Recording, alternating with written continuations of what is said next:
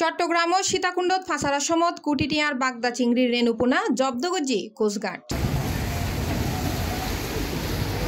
আগস্টের 18 তারিখ সোমবার ভোরে গোপন সংবাদের ভিত্তিতে কুমিরা এলাকাত অভিযান চালায় উপজেলা মৎস্য দপ্তর ও কোস্টগার্ড। এই সময় উগ্র ট্রাক ভর্তি 34 ড্রামত গড়ি পাচারের চেষ্টা চালাই 10,20,000 বাগদা চিংড়ির রেণুপোনা।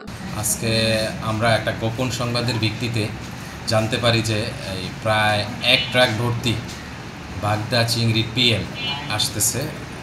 সেটা আমরা গোপন সংবাদের ভিত্তিতে জানতে পেরে আমরা কুমিরার এখানে সেটা আটক করে দেখতে পাই যে 34 ড্রাম পিএল বাগদা পিএল। অভিযান চালাই পোনা জব্দ করা হইলেও আটক ট্রাক চালক ও সহকারীরে পরে মুসলাখা দি ছাড়ি দেওয়াই।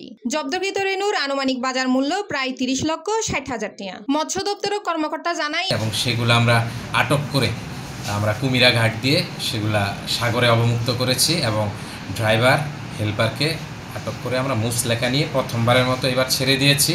এর পরবর্তীতে যদি হয় আমরা কঠোর পদক্ষেপে যাব এবং অভিযান চলমান থাকবে। অভিযান শেষে জব্দকৃত ব্যাগ রেণুপোনা সীতাকুণ্ড সন্দীপ চ্যানেলের কুমিরা ঘাটগড় এলাকাত সাগরত অবমুক্ত করাই।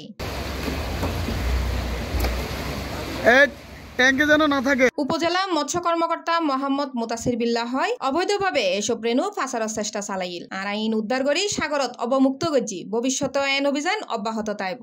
প্রকৃতির কোনো বাচ্চা মাছ পিএল ধরা নিষিদ্ধ। প্রকৃতিতে আপনার ছেড়ে দিতে হবে, তারা ন্যাচারালি বড় হবে। এবং সেটা আমরা গোপন সংবাদের ভিত্তিতেই পেয়েছি যে তথ্য ছিল আমাদের কাছে, যেটা মহেশখালীর এইগুলা থেকে গোপনে আসতেছিল আমাদের কাছে নিউজ আসছে। কোস্টগার্ড ও মৎস্য দপ্তরের এই যৌথ অভিযান একদিকে যেন রক্ষা ফাইলু কুটিটিয়ার বাগদা চিংড়ির রেণুপোনা, অন্যদিকে বন্ধ হইল পাচারকারীদের বড় একখান প্রচেষ্টা। Desk news, C+ TV, Chittagong.